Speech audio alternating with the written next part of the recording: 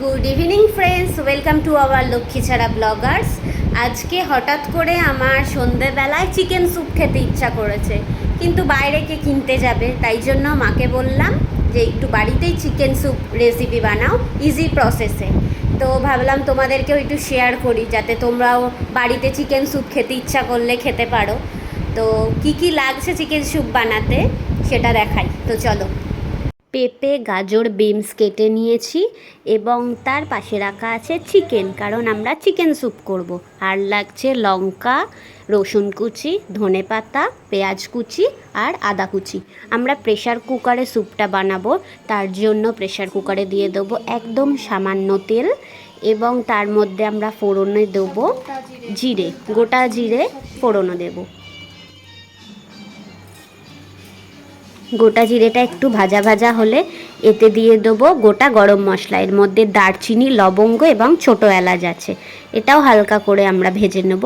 তারপর দেবো রসুন কুচি, আদা কুচি এবং সাথে পেঁয়াজ কুচি। ও তোমাদের তো বলাই হয়নি, চিকেনটাকে লেবুর রস দিয়ে এবং নুন দিয়ে একটু ম্যারিনেশন করে রাখতে হবে। দেন আমরা চিকেনটাকে দিয়ে দেবো প্রেশার কুকারে, তার মধ্যে একটু হলুদ দিয়ে এবার চিকেনটাকে নাড়বো।